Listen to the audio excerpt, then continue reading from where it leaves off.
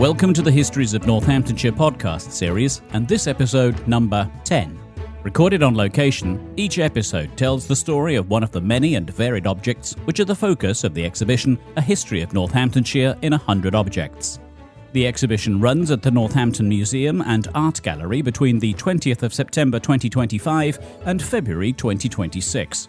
Selected by local individuals, heritage groups and the museum's own curators, each object tells a different story from the county's past. And so, to our guest for this episode. I'm Carol Fitzgerald, and I project manage Chichele College in Higham Ferrers, a scheduled monument. But you haven't got Chichele College in the exhibition. What have you got in the exhibition? What we've got is a gift that we were given by a friend of the last family to farm at and live at Chichele College. It's a flint axe.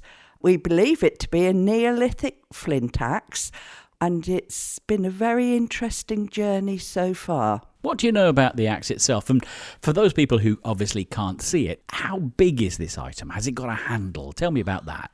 It is a wonderful example. It is a large flint axe. It's absolutely perfect, not damaged in any way. And we compared it to every other flint axe that is kept at the Ark at Chester House. And I have to say it is the finest and the largest example of them all. And that is where the story gets very interesting. When it was brought to Chester House, the experts here thought it was such a fine example that it might actually be a fake. And there was a gentleman known as Flint Jack who was forging Neolithic flint axes at the time, and he even passed them off to the British Museum and fooled them. So they thought it was so good an example, it is possible it might be a fake. So more research had to be undergone. How do you go about proving the veracity of the item and find out that it is the real deal and not a fake? I'm such an amateur, but we're so lucky in Higham Ferrers to have Professor Sarah Scott of the University of Leicester Department of Archaeology live in Higham Ferrers and be a member of the Higham Ferrers Archaeological Research Society. And she took the flint axe from here, where it was housed, to the University of Leicester, where it underwent intensive investigation by internationally renowned researchers. Right, so you've got the detectives who've done their work, and the upshot of all of that is what? They haven't completed their work. It's very difficult to tell if it is authentic because it had been handled so much over the years. Carol, tell me how this particular item, fake or otherwise, was first found. Jack Thorpe, who farmed at Chichele College, it was found between the two world wars, I'm told. It does seem that because it was a random find in a rural area, in a field, that actually adds to the likelihood that it is the real thing. Who would have had this particular item? Who would it have belonged to, and what would it have been used for? It would have been used possibly for felling trees, for making tools. The flint axe, they were highly skilled in the making of it, and they would have relied on it for the very simplistic ways of farming and clearing land that was needed at the time. So this would have been a prized item then? A very prized item, yes, and a magnificent specimen. As I say, it would have been made by using a stone mace. It is flint, and flint isn't usually found in this area, more likely Leicestershire, but that is part of the ongoing investigation.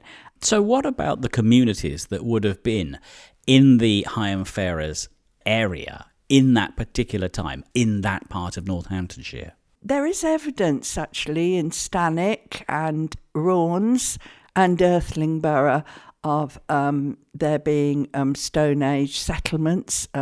They have found different artefacts, some of which are housed at the Chester estate. I suppose there would have been small clearings and gatherings of people. Again, most settlements did take place alongside the river, and we have the River Nen.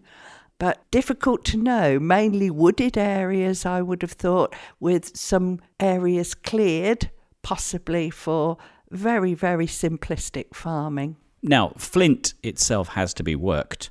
So if it has come from Leicestershire, it's an imported item. What would that have said about the person who owned it? Would they have paid a pretty penny for it? Do we understand if there was trade going on in those ages? I think there was. I think it does indicate that there was some trading going on, all very of a bartering type of trade.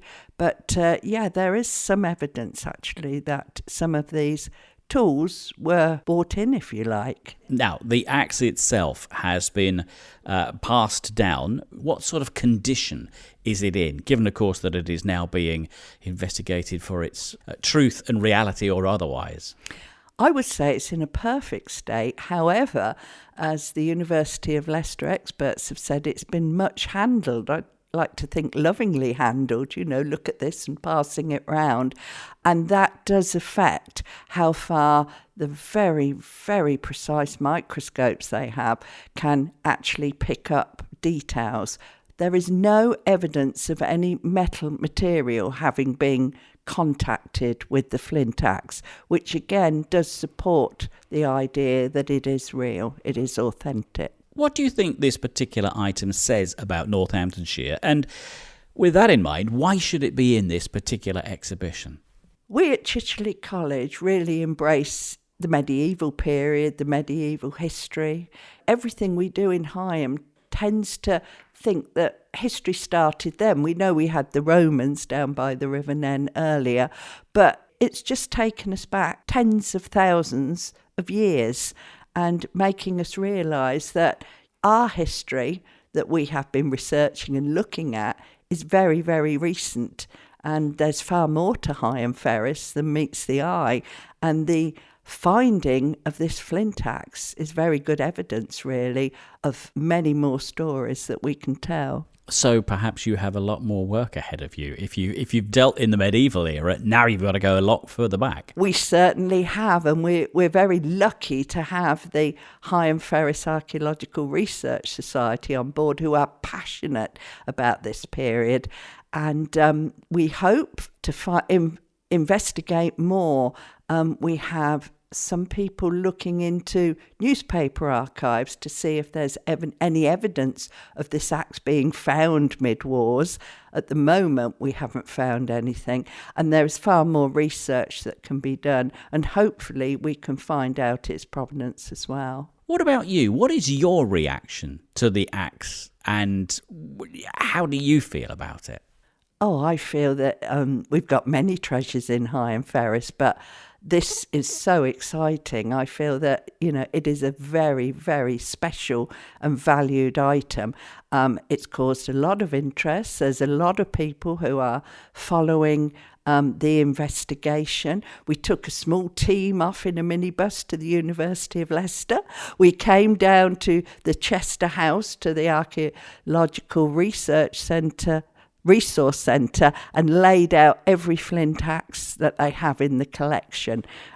So there's a lot of interest, and we are thinking this is the biggest and the best of them all. What a fantastic story to be linking the modern day with so many centuries ago, millennia back in time, but to a tool that still has a use in the modern day. It may not be made of flint anymore, but we still use axes and we still bring down trees, maybe with chainsaws and so on. But it is a fantastic snapshot of a moment that perhaps you and your colleagues didn't know about.